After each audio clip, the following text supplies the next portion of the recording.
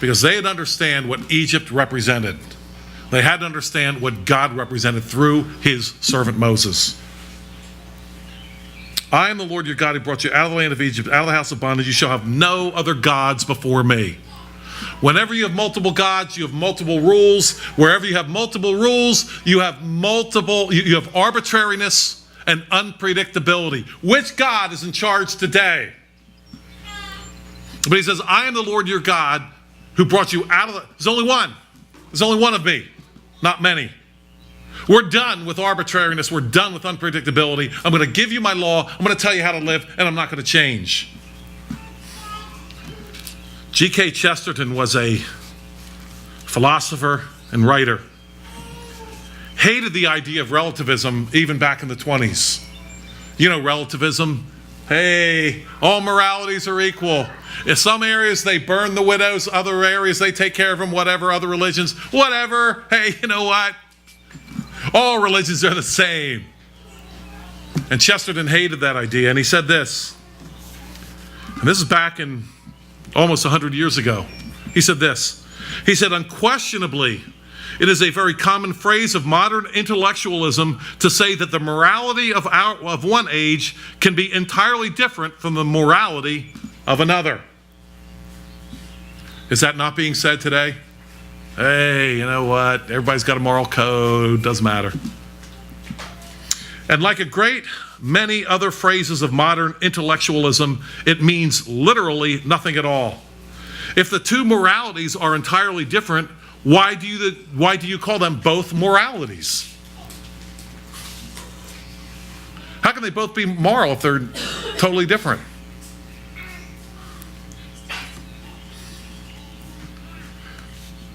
Hindu morality.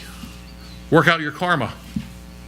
As we've mentioned before, the Christian missionaries came along, saw people being eaten alive by rats in the gutter, and they wanted to do something for them. And the Hindu morality was, no, they're working out their karma. They're paying for their sins in a previous life. Let them alone. If you help them, then they won't work out their karma. They'll be born again in a bad caste or in a bad way or whatever. The Christian missionary said, what are you talking about? The two can't be moral.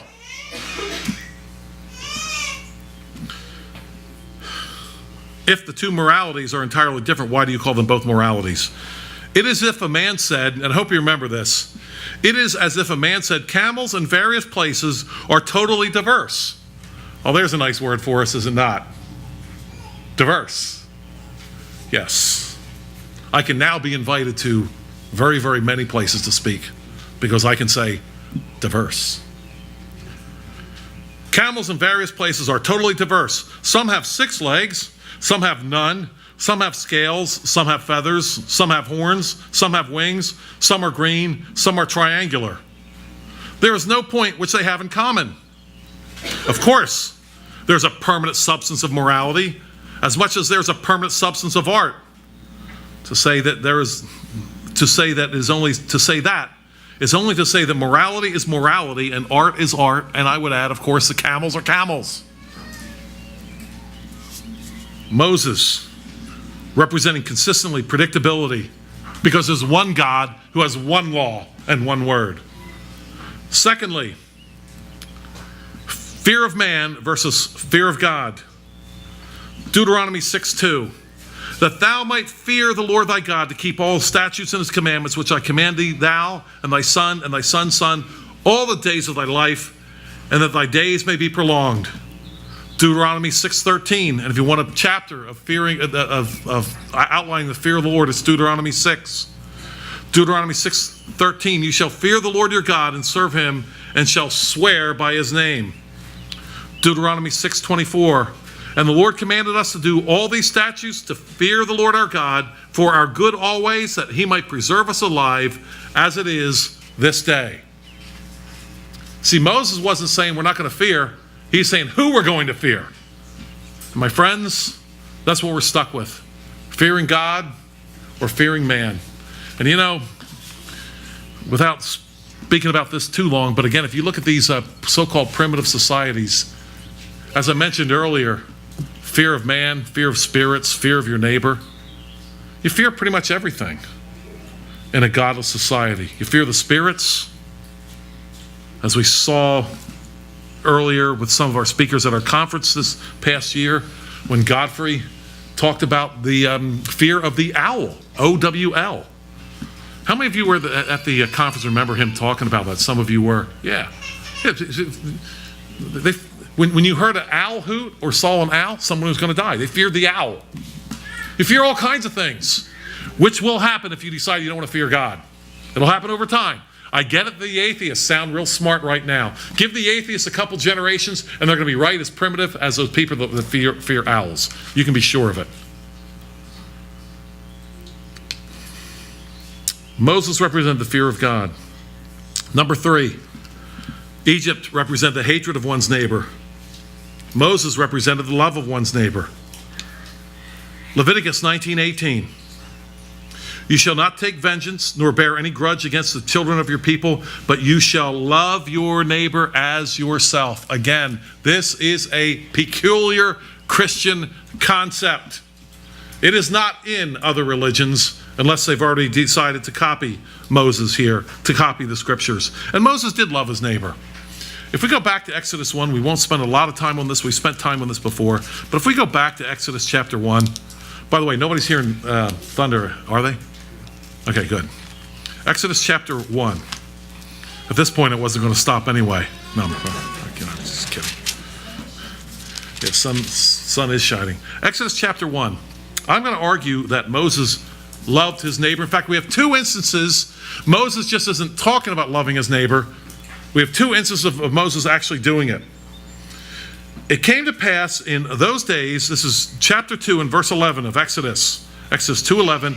It came to pass in those days when Moses was grown that he went out to his brethren and looked at their burdens and saw an Egyptian beating a Hebrew, one of his brethren. Now Moses, we know from Hebrews and we know from other passages, was taught in all the way of the Egyptians. Many people believe that he was in line for being the next Pharaoh. He knew how to read and write. That we believe to be the case. These slaves sure didn't know this. But here is Moses living in luxury, and he takes a moment to go out and see how his brethren are living. The first thing he's doing is to love his neighbor as himself. And he looked this way and that way, and when he saw no one, he killed the Egyptian and hid him in the sand. And then he went, and the second day, behold, 2 Hebrew men were fighting. He said to them, they said to the one who did the wrong, why are you striking your companion? Then he said, who made you a prince and a judge over us? Now, I'm going to argue this morning. You can argue with me later on this.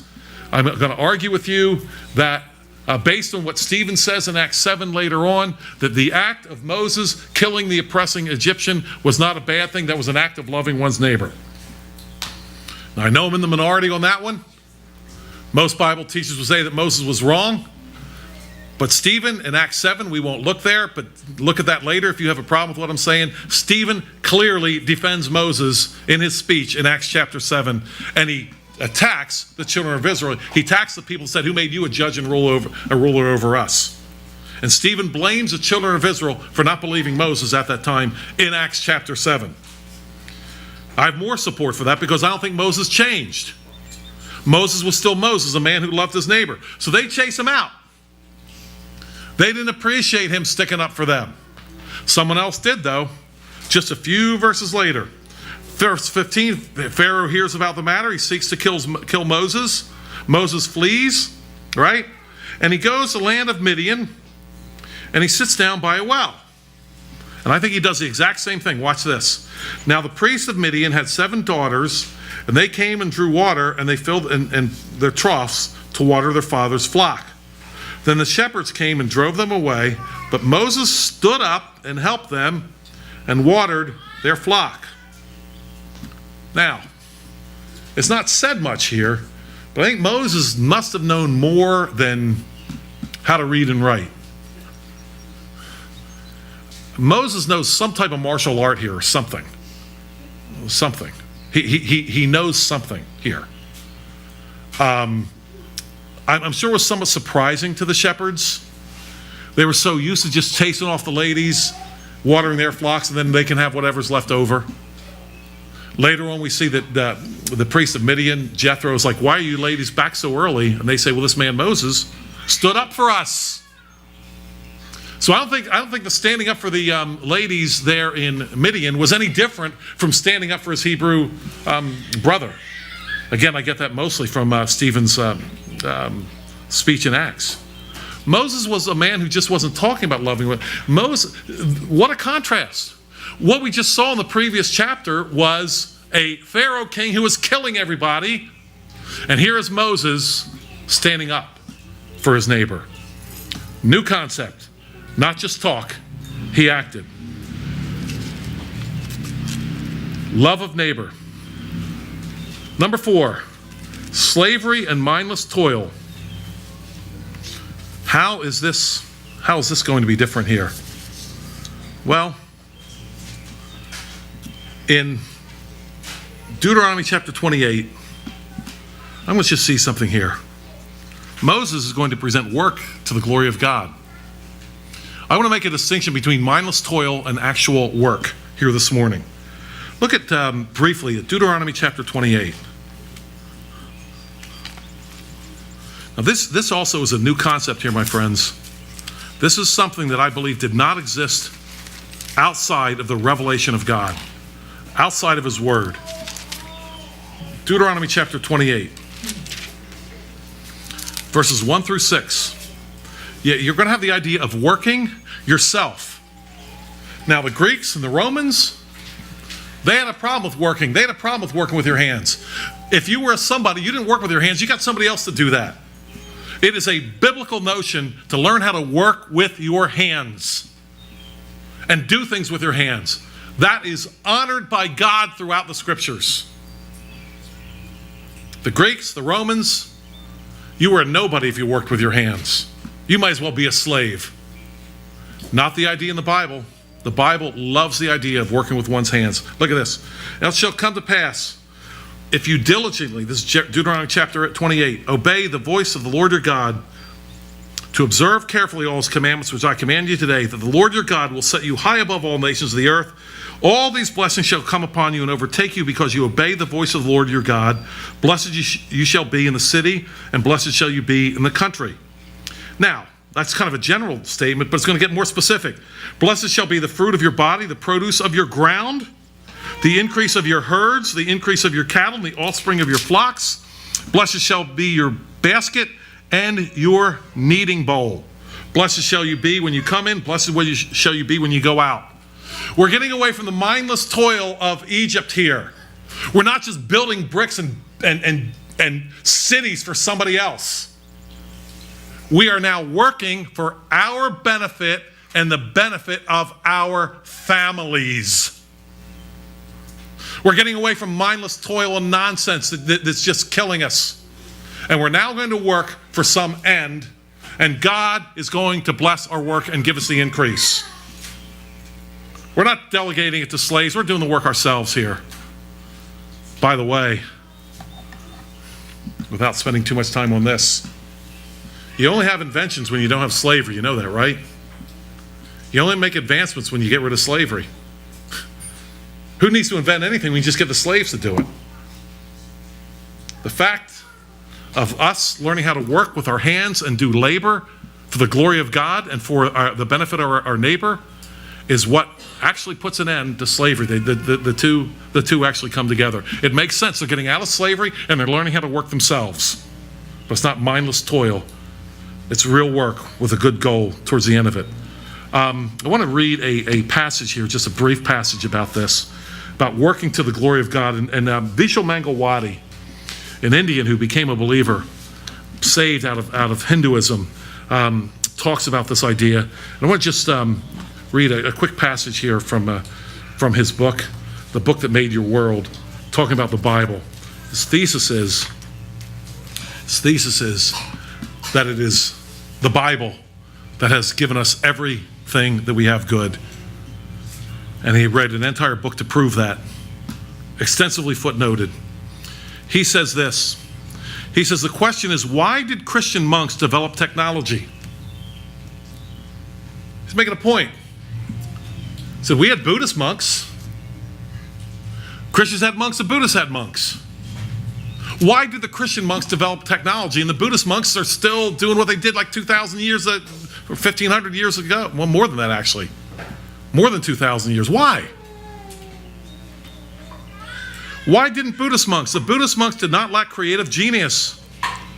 In Afghanistan, they excelled in architectural feats such as, listen to this, here's the architectural feat, such as constructing the enormous statues of Buddha, which at a certain place which I can't pronounce, which lasted for a millennium before the Taliban destroyed them.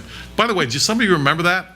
About 10 years ago, you remember that? And it was this great loss. These statues that stood to Buddha for all these years, and the Taliban destroyed them. So that's them using their architectural genius to make idols. The Buddhists and Christian monks shared one problem in common. They could not take wives to grind their grain.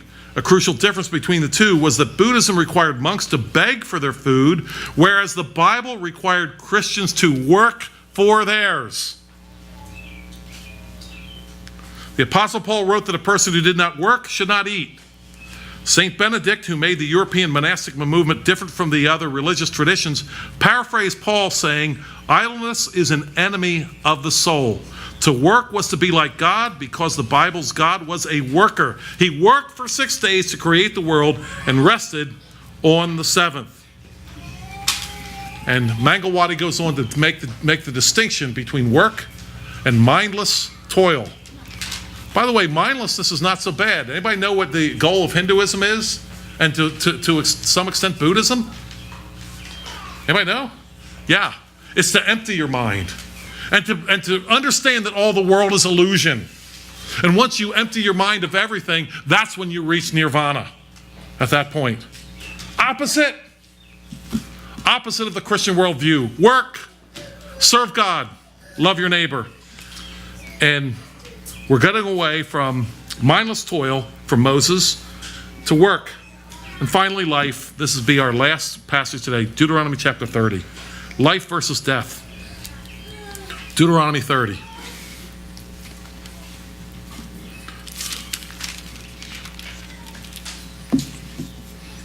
Verses 11 through 18. We'll read this without a whole lot of comment. For the command which I command you today is not too mysterious for you, nor is it far off. It is not in heaven that you should say, who will ascend into heaven for us to bring it down to us that we may hear it and do it?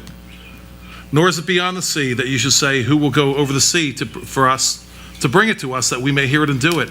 But the word is very near you, in your mouth and in your heart, that you may do it. See, I have set before you today life and good, death and evil. And that I command you today to love the Lord your God, to walk in his ways and to keep his commandments, his statutes, his judgments, that you may live and multiply, and the Lord your God will bless you in the land which you go to possess.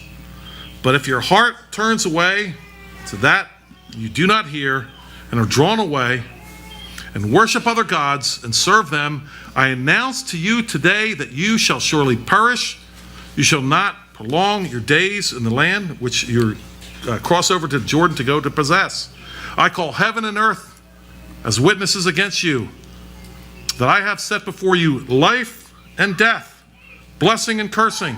Therefore choose life, that both you and your descendants may live, that you may love the Lord your God, that you may obey his voice, that you may cling to him, for he is your life and the length of your days, that you may dwell in the land which the Lord swore to your fathers, to Abraham, Isaac, and Jacob, to give them.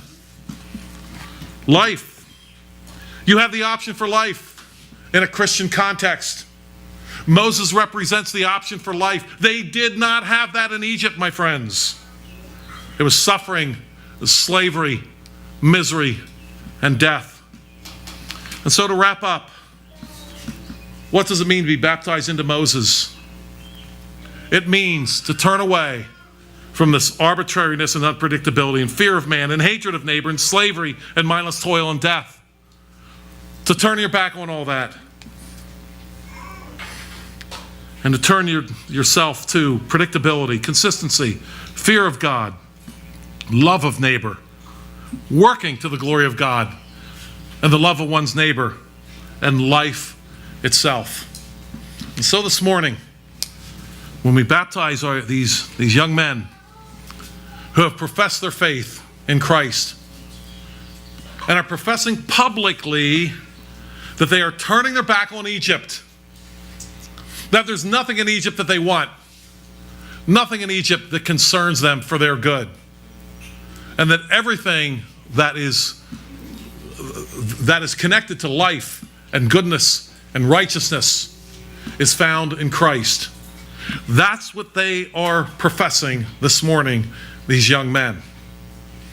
Now, what we'd like to do next is we'd like to head off to my left. There's a wide place, as I understand it, in the creek. Again, these young men have said that they're going to brave. They know that it's a lot warmer in the pond, right? They know that. But we talked about the fact that John baptized in the Jordan, a moving body of water. Again, there's nothing magic about it necessarily, but that's the first time we see the baptism happening like we believe it took place. Later on in Acts, we see baptism by water as well with Philip. But these young men have said they're going to brave the water. So what we'll do is you can take your chair or whatever. We shouldn't be there that long. Who knows, maybe the water will be too cold for me, and maybe their testimonies will be extremely short as they shiver in the water. But I think they're big boys. I think they're going to be fine. And so we have, again, 4 candidates for baptism. And thank you all for coming and participating with us in this. And so at this point, I'm going to just close with a word of prayer. Oh, wait, before I do that, wait, I almost forgot. Excuse me. I almost forgot this. Can't believe I forgot this. Here at the Independence Reformed Bible Church, we do allow for questions. I might have killed your questions by forgetting. But if you have a question or two, ask it now.